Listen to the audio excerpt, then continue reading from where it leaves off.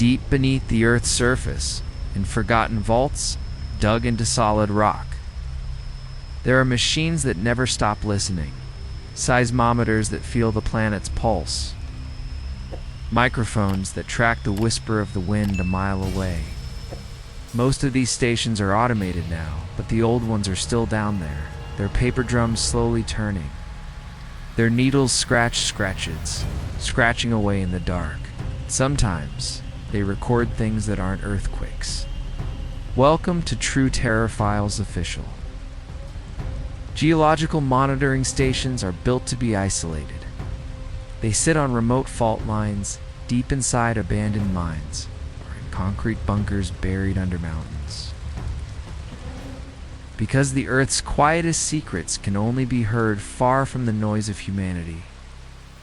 For decades, technicians would descend into these vaults to change paper drums, calibrate sensors, and really listen to the slow breathing of the planet. Then funding dried up, the stations were sealed, and the instruments were left to run until the ink ran out or the power failed. But a few of those old stations are still running, maintained by backup systems that were never documented. And a few of the people who have gone down to check on them have come back up with their understanding of the Earth permanently changed. Tonight, 3 people who descended into these underground listening posts share the moments the instruments told them something was moving. Down there, something that was not tectonic.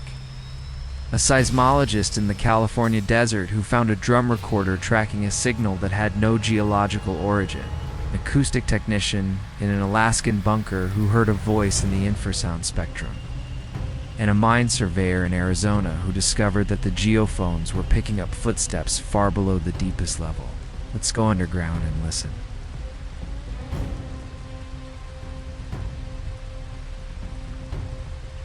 Jacinda Roan was a seismologist with the USGS, specializing in low-frequency seismic events, the kind of deep, slow vibrations that precede volcanic eruptions or major fault slips. The Borrego seismic vault was a classic Cold War rare installation. It had a concrete box buried 30 feet beneath the desert floor, housing an array of seismometers and a massive rotating drum recorder that traced seismic activity onto a continuous paper roll. The vault had been decommissioned in 1999 when the network was upgraded to digital telemetry. But Jacinda had recently noticed a data gap in the modern recordza, recurring anomaly that the digital sensors couldn't quite resolve. She suspected the old analog instruments might have captured something the new ones missed. So she drove out to the desert, unsealed the hatch, and climbed down the rusted ladder into the cool, dry dark of the vault. The air smelled of old paper, machine oil, and the faint metallic temps of ozone. She clicked on her headlamp. The vault was a single rectangular room, the walls lined with rack-mounted seismometers, their needles still. In the center, the drum recorder dominated the space a massive cylinder covered in smoked paper, with a delicate stylus that should have been motionless for over 20 years. But the drum was turning. Slowly, almost imperceptibly, the cylinder rotated on its bearings, and the stylus was scratching a trace into the paper. Jacinda's breath caught. The vault had no power. The backup batteries had been disconnected when the station was decommissioned. But the drum was moving, driven by a clockwork mechanism that should have wound down decades ago. She leaned in to examine the trace. The line was flat for long stretches. Then it would spike sharp, violent deflections that corresponded to no known seismic event. She checked her notes. The digital network had recorded a low-level tremor at 3:12 a.m. the previous day. On the drum recorder's paper, the trace at 3:12 a.m. was perfectly flat. Then, at 3:13 a.m., the stylus went wild, carving a chaotic zigzag that looked less like an earthquake and more like a heartbeat, a long pause, then another spike, then another. A rhythm, thump-thump. Thump, thump. Jacinda traced the paper back, rolling the drum manually. The pattern repeated for days, weeks, months. Always the same. A flat line when the digital sensors detected a tremor. Then a burst of that rhythmic, biological-looking signal immediately after. It was as if something was canceling out the natural seismic waves and replacing them with its own pulse. She knelt to inspect the seismometer that fed the drum recorder. The casing was cold, far colder than the ambient temperature of the vault. Frost was forming on the metal, though the air was dry. Shh, she touched it. A shock ran up her arm. Not electrical, but something else of vibration. A deep subsonic throb that made her teeth ache. The stylus on the drum recorder jumped, and she heard, from somewhere beneath the floor, a sound that was not a sound. It was a pressure wave, a compression of the air that resolved into a voice inside her skull, bypassing her ears entirely. "You hear us? You're the first to notice. We've been knocking for so long." Jacinda scrambled backward, knocking over a rack of old charts. The voice didn't come again, but the stylus kept scratching, and she saw that the new trace was no longer a heartbeat. It was letters. Cursive, spidery, scratched into the smoked paper by a needle that should never have been able to write. The letters spelled, "Deeper. We are deeper."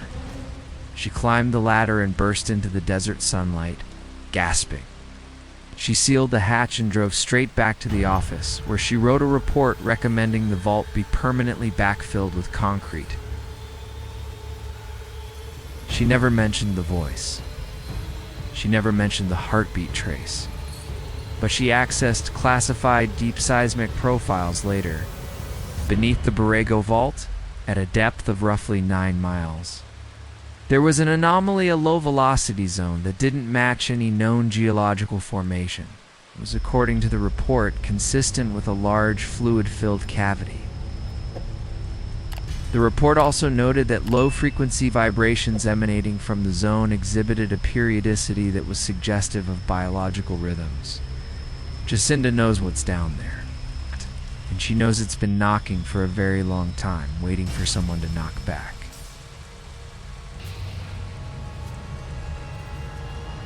Afton Cresswell was an acoustics engineer contracted by the Air Force to decommission the Sourdough Infrasound station, a remote listening post built in 1963 to detect Soviet nuclear tests by their low-frequency sound signatures.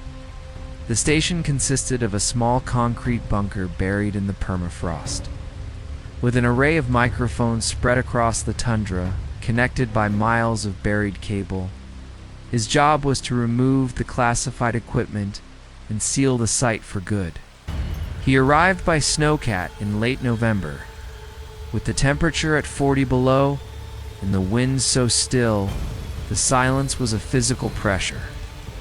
The bunker's door was frozen shut, but he chipped away the ice and descended into the darkness. Racks of vacuum tube amplifiers, a massive reel-to-reel tape machine, and a single chair facing a console of dials and lights. Everything was covered in frost. He noticed that the tape machine was still loaded with a reel, its label reading, "Continuous Recording, Infrasound Array." Night of the 14th of March, 1977. He was curious. He powered up the machine using a portable generator he'd brought and threaded the tape. The reels began to turn, the amplifiers hummed, and a low-frequency rumble filled the bunker, the sound of wind, distant and mournful, compressed into the subsonic range and then played back at audible frequencies. Listened for several minutes. Wind, the occasional crack of ice, the distant boom of a pressure wave. Then something else, a voice, not a human voice. Something deeper, slower, formed from the very vibrations of the earth. It spoke in infrasound. but the tape machine's playback translated it into words that Afton could feel in his chest as much as hear. "This is the transmission. We have been calling since the test. You broke the seal. Now we can reach the surface." Afton stared at the tape reels. The voice continued, the infrasound modulating into patterns that were almost linguistic. "We are the deep dwellers. You disturbed us with your explosions. Now you must listen. The cracks are opening. You're rising." He checked the date stamp on the recording. The night of March 14, 1977 was the night of a classified underground nuclear test at the nearby Amchitka site. The test had cracked the bedrock, creating fractures that extended miles into the earth. Afton realized with a cold certainty that something had been living in those fractures, and the microphones had been listening to it for decades. He turned off the tape machine, his hands trembling. The silence in the bunker was absolute. Then he heard it not through the speakers, but through the very walls of the bunker. It's a low vibration that made the frost on the concrete crack and flake. The microphones outside, still connected, were picking up something. He looked at the signal meter on the console. The needle was pegged, bouncing against the stop. He put on a pair of headphones connected directly to the live array. The sound that filled his ears was not wind or ice. It was a chorus of voices, deep and slow, speaking in a language that was older than sound itself. One voice, clearer than the rest, said directly into his ear, "You're inside the bunker. We can feel your footsteps on the permafrost. Come outside." Afton ripped off the headphones and scrambled up the ladder. He burst out of the bunker into the frozen twilight. Tundra was empty. Nothing but snow and ice and the distant antenna mast. But in the snow around the bunker, there were footprints. Not his. Large, deep impressions, leading from the nearest microphone array directly to the bunker door. They stopped at the threshold. Something had walked across the tundra and stood outside while he was listening. Afton didn't finish the decommissioning. He told the Air Force the site was compromised by permafrost melt and should be abandoned in place. He never mentioned the voices. He never mentioned the footprints. But he researched the Amchitka test. The underground detonation was supposed to be contained. But seismographs around the world recorded anomalous aftershocks for months afterward. And a classified report noted that unusual acoustic returns had been detected by the Sourdough array returns that were inconsistent with natural geophysical phenomena. The report was sealed. Afton knows what the returns were. And he knows that somewhere beneath the permafrost, the deep dwellers are still calling. Still waiting for the cracks to wipe. Still listening for footsteps on the ice.